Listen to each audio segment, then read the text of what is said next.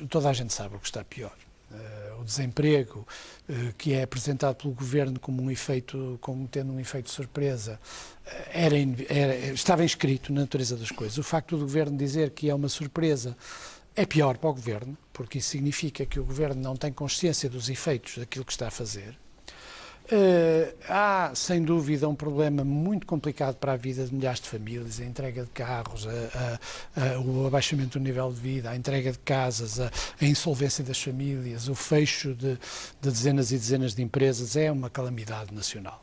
Por muito que se possa dizer que isso era inevitável, eu aqui repito a minha mestra, chamo-lhe assim, Manuel Ferreira Leite, dizendo que os poucos recursos deviam ser usados, já que não podem ser usados para diminuir o peso da austeridade, ao menos que sejam usados para impedir que os efeitos da austeridade atinjam desta maneira o tecido económico das pequenas e médias empresas e das famílias, coisa que certamente seria possível se fossem para aí canalizados os poucos recursos, mesmo assim, ainda disponíveis.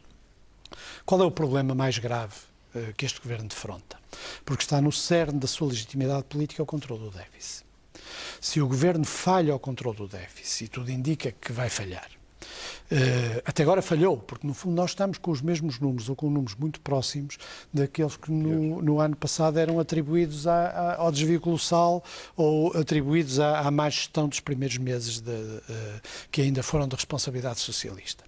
Ora, apesar de todos estes sacrifícios, apesar do aumento brutal dos impostos, apesar de algumas medidas de contenção das despesas, mesmo assim ainda relativamente escassas e provavelmente mal feitas, erradas, se este Governo falha ao controle do déficit, é um elemento central da sua legitimidade que é posto em causa. E com uma coisa de uma violência social brutal, que o Governo vai agora introduzir, que é o seguinte, que é pegar nas pessoas que vivem em casas de habitação social e presumir como rendimento efetivamente recebido pelas famílias a diferença entre a renda social e aquilo que seria a renda técnica, ou seja, a renda que remuneraria o investimento. Para termos uma noção, por exemplo, aqui no Conselho de Lisboa, isso significa presumir rendimentos oferidos pelas famílias entre 200 e 400 euros por mês, consoante a tipologia do fogo. Qual é o efeito disto? O efeito disto é um efeito terrível, porque isto, de facto, é tirar aqueles que são mais carenciados aquele mínimo de subsistência que o rendimento social de inserção assegura. E depois tem um outro efeito. Qual é o outro efeito? É que como isto vai gerar uma quebra do rendimento das pessoas. As pessoas vão solicitar a redução e obter a redução da sua renda social, vão agravar o gap entre aquilo que pagam de renda e aquilo que seria a renda técnica, e isso vai ter um efeito de lhes reduzir novamente o próprio subsídio.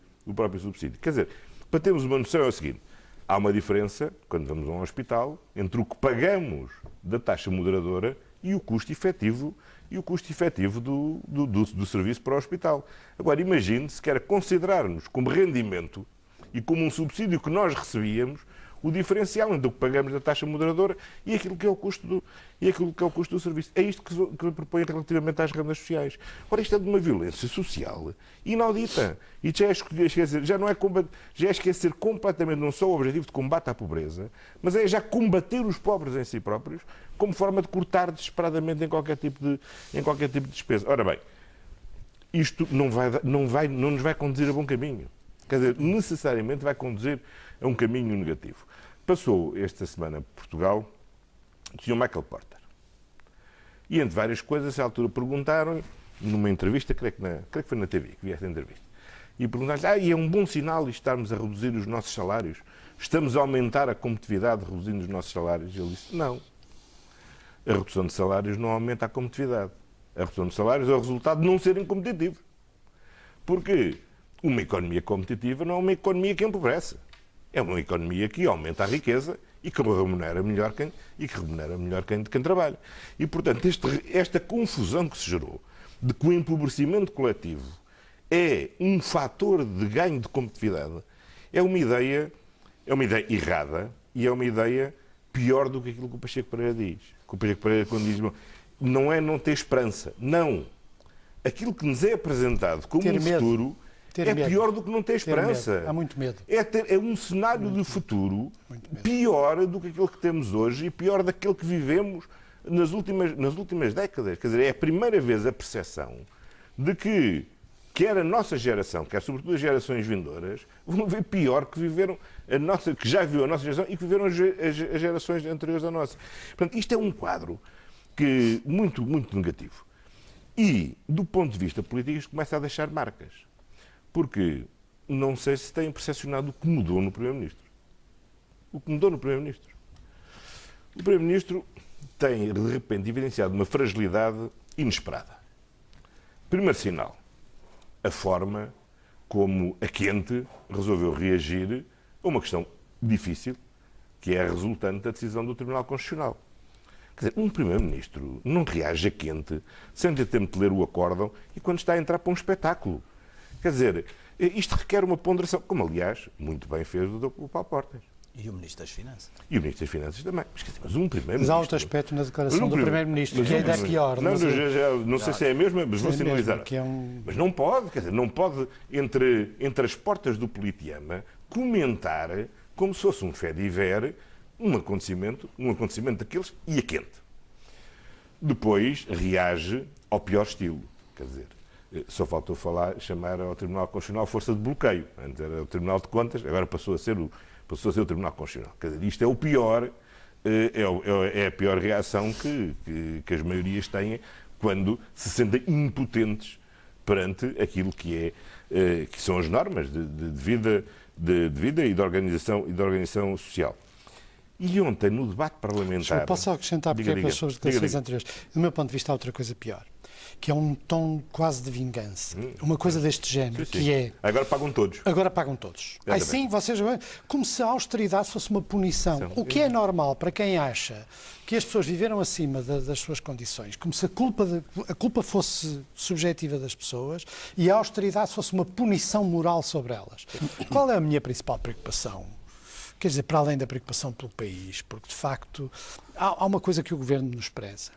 O Governo menospreza os efeitos sociais e, portanto, também económicos, e, portanto, também culturais, e, portanto, também de mentalidade, de uma austeridade sem perspectivas de futuro, sem esperança de futuro. Propunha que deixássemos as tensões sociais para... Não, mas é que isto não é um mero problema social.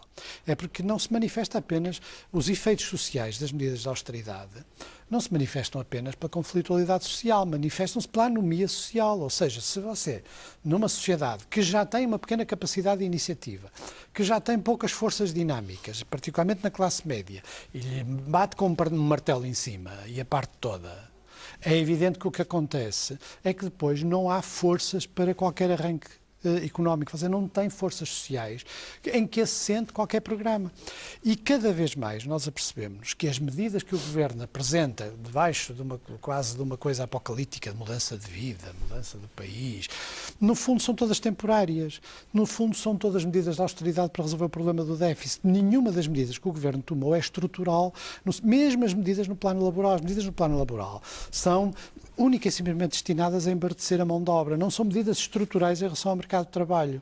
Portanto, não há praticamente medidas estruturais. Ao não haver medidas estruturais, o que você tem é uma austeridade cada vez mais difícil de engolir por todos os grupos sociais, como se vê, uma austeridade que tem o efeito perverso de não garantir o controle do déficit. O Governo, se não controlar o déficit, perde a sua legitimidade política. As pessoas começam a interrogar, estamos a fazer esses sacrifícios todos para quê?